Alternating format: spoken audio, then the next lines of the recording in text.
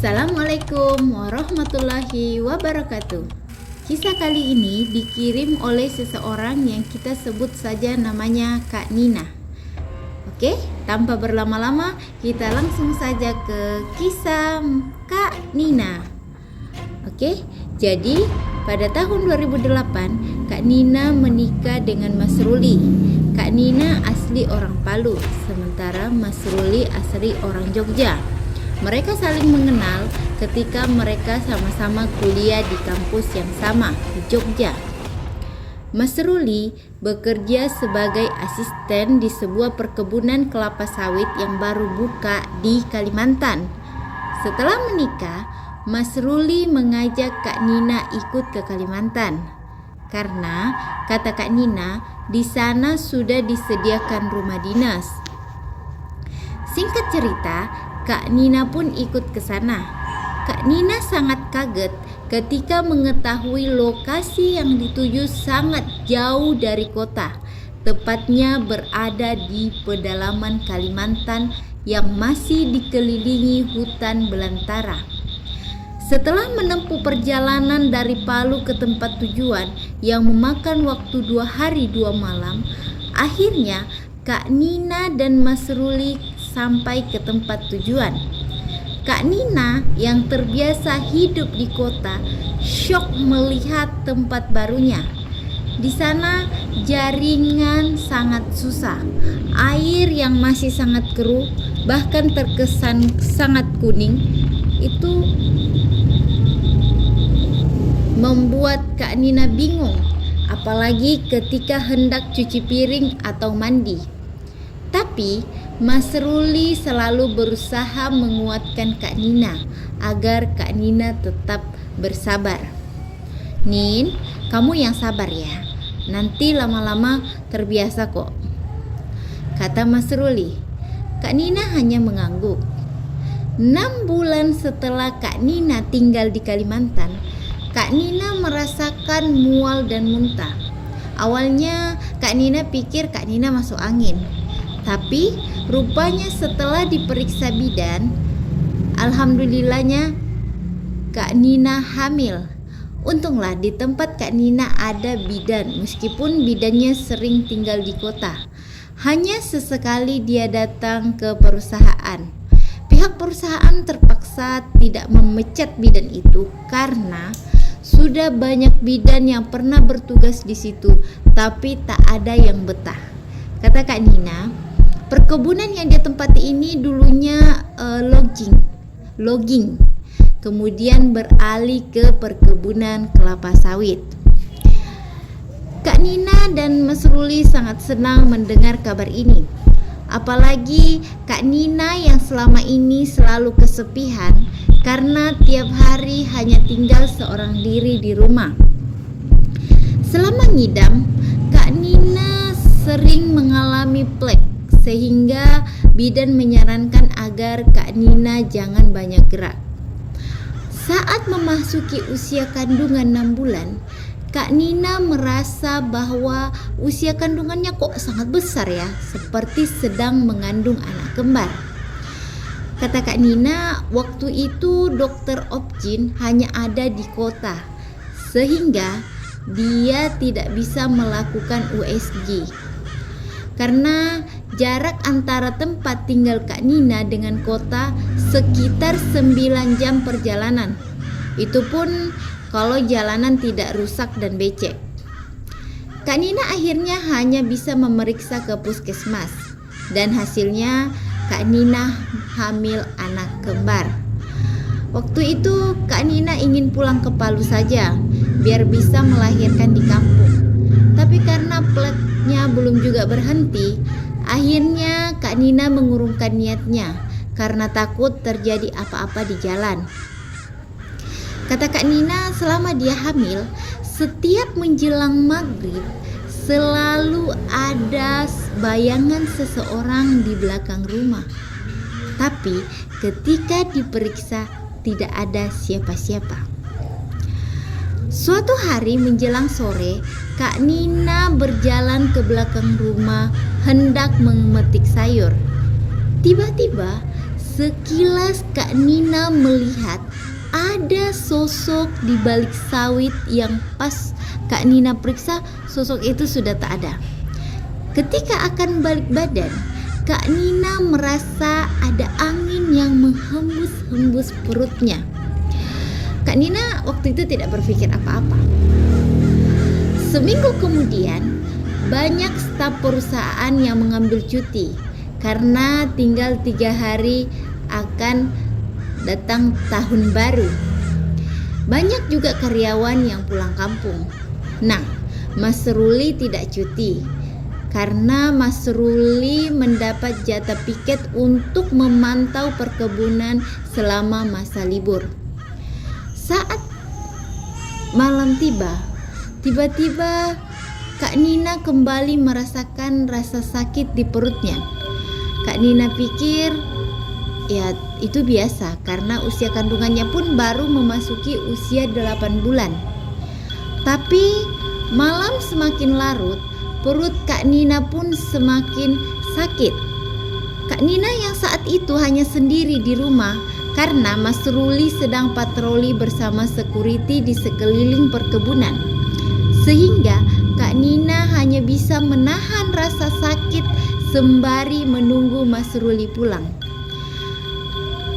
Saat Kak Nina hendak berbaring, tiba-tiba ada suara yang berbisik di telinganya. "Cepat lahiran ya, saya sudah tak sabar."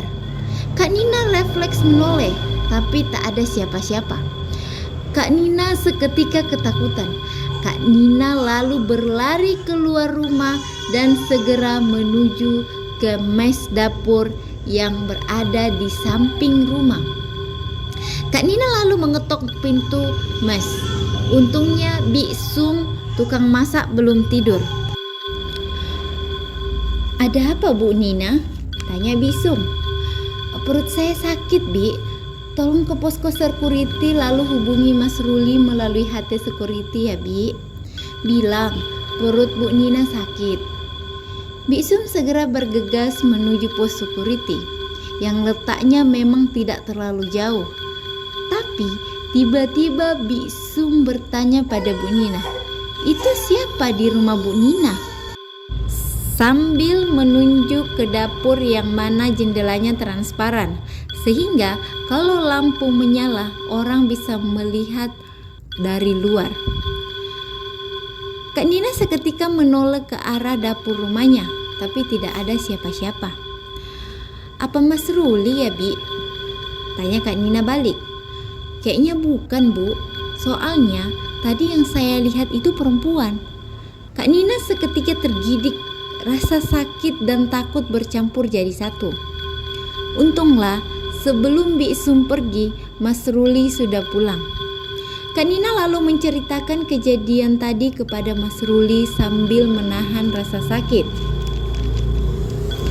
Tapi mungkin karena Mas Ruli kecapean, sehingga Mas Ruli tidak terlalu merespon cerita Kak Nina. Sudah pukul 3 pagi, tapi perut Kak Nina juga semakin sakit. Kak Nina lalu membangunkan Mas Ruli. Melihat Kak Nina yang sudah keringatan dan mulai pucat, Mas Ruli berinisiatif membawa Kak Nina ke puskesmas. Karena memang suasana libur, sehingga sopir perusahaan ikut libur. Dengan terpaksa Mas Ruli lah yang mengemudi mobil. Waktu itu bidannya juga tidak ada karena dia sedang libur. Untunglah Bi Sum bersedia menemani. Jarak antara rumah Kak Nina dan puskesmas sekitar 90 menit perjalanan. Nah, saat di tengah perjalanan, Kak Nina yang sedang duduk di belakang merasa ada sosok yang mengikuti dari belakang, dan bisikan yang tadi kembali terdengar. "Cepat lahiran ya, aku sudah tak sabar." Alhamdulillahnya sekitar jam 5 subuh Kak Nina sudah tiba di puskesmas. Ketika Kak Nina hendak masuk ke dalam ruang periksa, perawat yang menyambutnya tiba-tiba berkata, "Jangan ganggu dia, kau sebaiknya pergi dari sini." Kak Nina, Mas Ruli, dan Biksum sempat kaget karena perawat itu seperti sedang berbicara dengan seseorang. Tapi sepenglihatan Kak Nina tak ada seseorang. Nah, setelah diperiksa, ternyata Kak Nina sudah bukaan 6. Bidan itu menyarankan agar Kak Nina lahiran saja di puskesmas, karena jika dipaksakan untuk dirujuk ke rumah sakit, kemungkinan Kak Nina akan melahirkan di perjalanan. Setelah melalui perjalanan yang panjang dan menyakitkan, alhamdulillah Kak Nina melahirkan kedua bayi kembarnya sekitar pukul 12 siang. Betapa senangnya hati Kak Nina dan Mas Ruli. Tapi sayang, ari-ari Kak Nina masih ada sebagian yang tertinggal di dalam rahim, sehingga Kak Nina mengalami perdarahan. Jadi harus dirujuk ke rumah sakit untuk dilakukan kuretase. Anak kembar Kak Nina pun juga harus dirujuk karena berat badannya yang kurang dan kondisinya yang sangat lemah. Peralatan di puskesmas tidak memungkinkan untuk ditindak di sana. Akhirnya sekitar pukul 3 sore, Kak Nina akan dirujuk ke rumah sakit didampingi oleh seorang bidan. Biksum tidak ikut karena tidak ada yang menjaga mes. Tapi baru sekitar 1 kilometer perjalanan, tiba-tiba bidan yang menemani Kak Nina itu muntah, dan dia muntah darah. Mereka sangat panik. Kak Nina, Mas Ruli panik, sehingga mau tidak mau Kak Nina dan Mas Ruli balik arah untuk mengantar bidan Ita kembali ke puskesmas. Rupanya saat itu hanya bidan Ita yang berjaga, sehingga terpaksa Kak Nina dan Mas Ruli didampingi oleh seorang perawat laki-laki bernama Pak Yanto. Syukurlah Pak Yanto juga bisa mengemudi mobil sehingga bisa bergantian dengan Mas Ruli. Kak Nina tidak memakai ambulans karena ambulans dipakai untuk mengantar pasien lain. Setelah mereka melewati hutan belantara dan perkebunan sawit, saat waktu maghrib tiba, Mas Yanto meminta izin untuk singgah nanti jika ada masjid yang dijumpai. Tapi sepanjang jalan itu belum ada masjid karena masih kawasan hutan. Hingga sekitar pukul 7.30 malam, barulah mereka menjumpai sebuah rumah makan di pinggir jalan. Lokasinya masih sekitar hutan. Mas Yanto meminta izin untuk sholat maghrib sekaligus sholat isya. Mas Ruli juga ikut turun dari mobil untuk sholat. Sementara Kak Nina hanya menunggu di atas mobil yang diparkir di pinggir jalan bersama kedua bayi kembarnya. Tapi entah mengapa, tiba-tiba Kak Nina merasa sangat mengantuk. Akhirnya Kak Nina tertidur. Kak Nina baru terbangun ketika Pak Yanto dan Mas Ruli masuk. "Kamu gak apa-apa, Dek?" tanya Mas Ruli. Kak Nina hanya mengangguk sambil menengok ke samping, dan betapa terkejutnya Kak Nina saat Kak Nina melihat kedua bayinya sudah tidak ada di sampingnya. "Mas Ruli, bayi kita kemana?" Mas Ruli yang menengok ke belakang pun sangat terkejut melihat tinggal ada box bayi di samping Kak Nina. Mereka bertiga panik. Pak Yanto segera menyeberang jalan untuk menanyakan kepada pemilik warung apakah melihat bayi. Tapi pemilik warung itu hanya menggeleng. Mas Ruli lalu memeriksa mobil dan sekitar jalan, tapi tak ada apa-apa. Darah Kak Nina pun makin banyak keluar. Melihat Kak Nina yang semakin pucat, Mas Ruli tidak ada pilihan lain. Mas Ruli harus segera membawa Kak Nina ke rumah sakit. Sementara Pak Yanto tinggal di situ untuk mencari kedua bayi Kak Nina. Sepanjang jalan, Kak Nina terus saja menangis memikirkan nasib kedua bayinya. Mas Ruli pun terlihat kurang fokus mengemudi mobil, sehingga naas saat melewati jalan berbelok, Mas Ruli kehilangan kendali dan mobilnya menabrak pembatas jalan. Dan waktu itu Kak Nina sudah tak sadarkan diri. Setelah Kak Nina siuman, dia sudah berada di dalam mobil ambulans. Kak Nina pun tak tahu berapa lama Kak Nina pingsan, karena setelah Kak Nina siuman kondisinya masih malam. Kak Nina merasakan darah masih juga keluar dari jalan lahir. Untunglah jarum infus yang sempat terlepas tadi sudah dipasang kembali. Kak Nina pun sudah dipasangkan oksigen.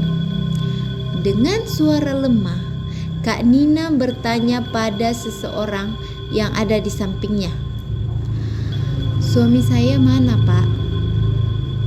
"Suami ibu ada di ambulans yang satunya. Ini kita lagi menuju ke rumah sakit." "Bagaimana bisa Bapak tahu kami kecelakaan?" tanya Kak Nina lagi. "Oh, kebetulan tadi kami baru mengantar pasien ke kota. Saat kami balik, kami menemukan sebuah mobil yang menabrak pembatas jalan, sehingga kami pun mengecek. Rupanya ibu dan bapak yang ada di dalam, sehingga kami langsung putar arah dan membawa ibu dan bapak ke rumah sakit." "Masih jauh rumah sakitnya, Pak?" tanya Kak Nina. "Sekitar 3 jam lagi. Tapi di dekat sini ada puskesmas. Kita singgah dulu di puskesmas. Siapa tahu alat medisnya lengkap. Jadi ibu bisa dirawat di sana." "Pak, saya ini baru saja melahirkan. Bayi saya hilang dan ari-ari sebagian masih tertinggal di dalam rahim." Bapak itu terkejut. "Aduh, kalau begitu kita langsung saja ke rumah sakit ya, Bu." "Dan bayi ibu hilang di mana?" Kak Nina lalu menceritakan kejadian yang dialaminya. "Astagfirullah. Sabar ya, Bu. Setelah kita sampai di rumah sakit, nanti saya akan hubungi polisi. Siapa tahu dia bisa menolong ibu." Kak Nina begitu terpukul dengan musibah yang baru dialaminya. Sesampai di rumah sakit, Kak Nina segera mendapatkan pertolongan. Karena Kak Nina kehilangan banyak darah, Kak Nina harus dilakukan transfusi darah. Syukurlah perawat yang tadi bersedia mendonorkan darahnya. Siang hari, Kak Nina sudah mulai membaik. Kak Nina segera menjumpai seorang perawat untuk mencari tahu di ruangan mana Mas Ruli dirawat. Setelah Kak Nina masuk ke ruangan Mas Ruli, betapa kagetnya Kak Nina karena Mas Ruli dikelilingi beberapa perawat yang sedang panik. Perlahan Kak Nina mendekati dan ternyata Mas Ruli sudah meninggal dunia. Kak Nina histeris, rasa sakit sudah tak lagi dirasakannya. Kak Nina merasa dunia sudah runtuh. Baru saja kehilangan kedua bayinya, kini harus kehilangan suaminya. Kak Nina merasa ini seperti mimpi. Dengan tenaga yang tersisa, Kak Nina berusaha menelpon keluarganya. Syukurlah Kak Nina masih ingat nomor HP ibunya. Karena HP Kak Nina sepertinya tertinggal di mobil tadi malam. Dengan menahan tangis, Kak Nina menceritakan apa yang dialaminya. Ibu Kak Nina hanya berusaha menguatkan Kak Nina dari kejauhan. Setelah Ibu Nina mengabari semua keluarga termasuk keluarga Mas Ruli, keluarga menginginkan jenazah Mas Ruli diterbangkan ke Jogja. Pihak perusahaan belum tahu karena Kak Nina waktu itu tidak menghafal satu nomor pun orang di kebun sawit tempat Mas Ruli bekerja. Disinilah Kak Nina merasa dilema karena di sisi lain Kak Kak Nina masih sangat berharap kedua bayinya ditemukan selamat. Tapi di sisi lain, Kak Nina harus segera menuju ke Jogja karena jenazah Mas Ruli harus segera diterbangkan. Kak Nina pun ikut mengantar jenazah Mas Ruli ke Jogja. Kedatangan mereka disambut tangis oleh keluarga Mas Ruli. Kak Nina yang masih sakit dan juga masih syok berkali-kali tak sadarkan diri. Barulah 2 hari kemudian ada pihak perusahaan yang menelpon. Kak Nina pun gak tahu mereka dapat nomor keluarga Mas Ruli dari siapa. Kak Nina meminta tolong kepada pihak perusahaan agar bersedia mencari keberadaan bayinya. Tapi sudah beberapa hari belum ada kabar dari mereka. Hingga sebulan kemudian, Kak Nina pamit ke mertuanya untuk kembali ke Kalimantan mencari bayinya. Awalnya mertuanya keberatan karena tak ada yang Kak Nina kenal di sana. Tapi Kak Nina bersikeras tetap ingin kembali ke sana. Setelah sampai di Bandara S, Kak Nina lalu memesan mobil travel. Sebenarnya Kak Nina lupa ingat lokasi di mana bayinya menghilang. Satu-satunya orang yang bisa dimintai tolong yaitu Pak Yanto. Kak Nina mau tak mau harus kembali ke puskesmas tempat Pak Yanto bekerja. Setelah menempuh perjalanan panjang dan melelahkan, Kak Nina sampai di puskesmas yang dituju. Kak Nina sengaja tidak datang lagi ke perkebunan tempat Mas Ruli pernah bekerja. Karena kata Kak Nina tidak kuat jika harus mengingat semua kenangan tentang Mas Ruli. Setelah Kak Nina bertemu dengan Pak Yanto agak terkejut dengan kedatangan Kak Nina. Setelah Kak Nina mendesak Pak Yanto lalu menceritakan bahwa ketika mobil Kak Nina dan Mas Ruli sudah melaju agak jauh, Pak Yanto melihat ada seperti bola api yang berada di atas kap mobil. Pak Yanto seketika ketakutan, sehingga Pak Yanto kembali ke warung itu. Pak Yanto menceritakan apa yang telah terjadi. Lalu pemilik warung itu bilang bahwa tadi dia sempat melihat ada sosok wanita berpakaian hitam yang mengelilingi mobil Kak Nina dan kemudian menghilang begitu saja. Pak Yanto lalu meminta tolong kepada penjaga warung itu untuk membantu mencari bayi Kak Nina. Tapi pemilik warung itu menolak. Pak Yanto lalu mencari bayi Kak Nina di sekitaran tempat itu, tapi tak juga ketemu. Sehingga malam semakin larut, Pak Yanto kembali lagi ke warung itu. Tapi betapa terkejutnya Pak Yanto karena warung yang tadi sudah tak ada. Yang ada hanya sebuah gubuk yang beratapkan terpal yang sudah hampir lapuk. Pak Yanto sangat takut waktu itu. Lalu Pak Yanto berlari menembus gelapnya malam dan tiba-tiba di pinggir jalan ada seseorang yang memanggil Pak Yanto. Pak Yanto lalu menghampiri dan ternyata itu adalah Mas Ruli. Mas Ruli bilang bahwa kedua bayinya sudah ditemukan, sehingga dia menyuruh Pak Yanto pulang saja.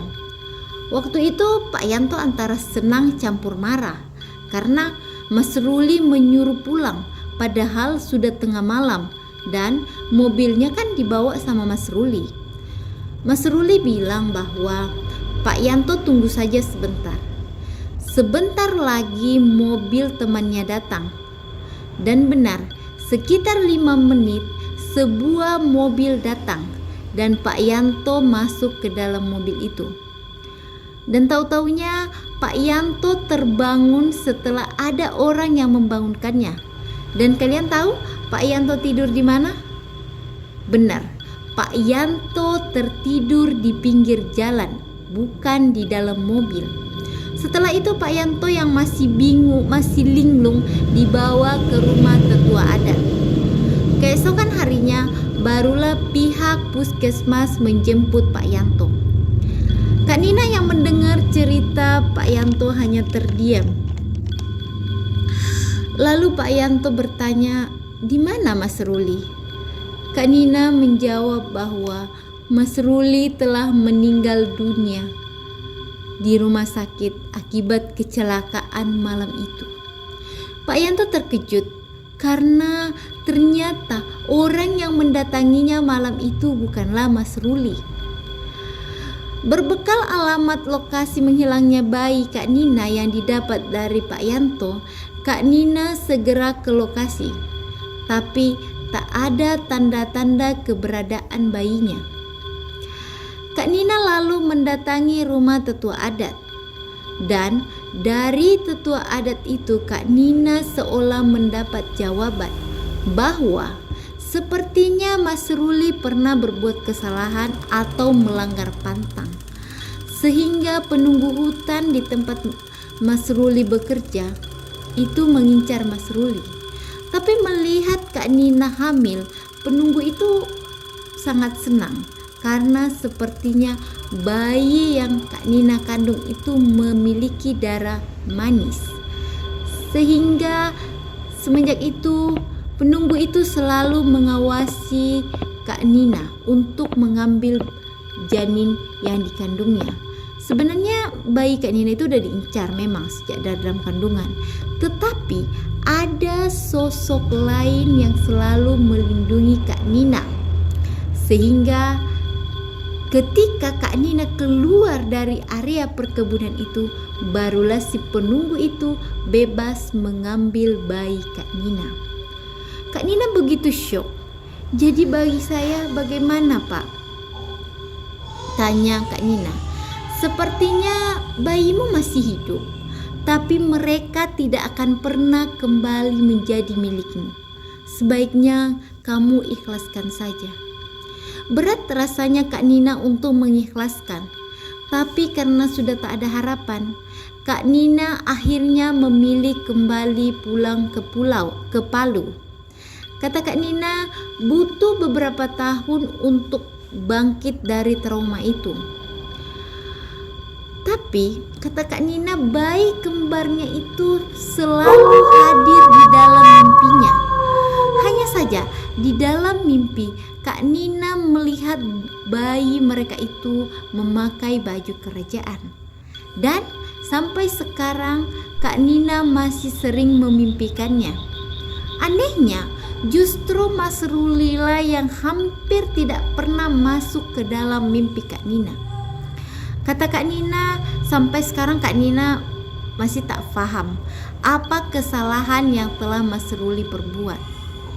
Tapi sudah hampir 14 tahun lamanya sejak kejadian itu, Kak Nina masih kadang trauma, sehingga Kak Nina masih memilih sendiri sampai sekarang. Jadi Kak Nina meminta doa agar Kak Nina bisa sepenuhnya bangkit dari trauma masa lalunya. Oke, itulah kisah yang dikirim oleh Kak Nina. Sedih ya kisah ini ya. Aduh, kehilangan seorang bayi plus kehilangan seorang suami itu sangat berat ya. Semoga Kak Nina selalu tabah, kuat dan cepat bangkit dari trauma masa lalunya. Oke, kita sama-sama berdoa ya, mudah-mudahan Kak Nina kedepannya diberikan kehidupan yang jauh lebih baik ya, dan dipertemukan dengan sosok yang bisa menjadi pengganti untuk Mas Ruli. Amin. Oke, itulah kisahnya ya. Nah, kalau ada yang ingin ditanyakan atau ada yang ingin berkomentar, silakan. Tapi sebelum kita tutup kisah ini, jangan lupa like, comment, and subscribe. Terima kasih. Assalamualaikum warahmatullahi wabarakatuh.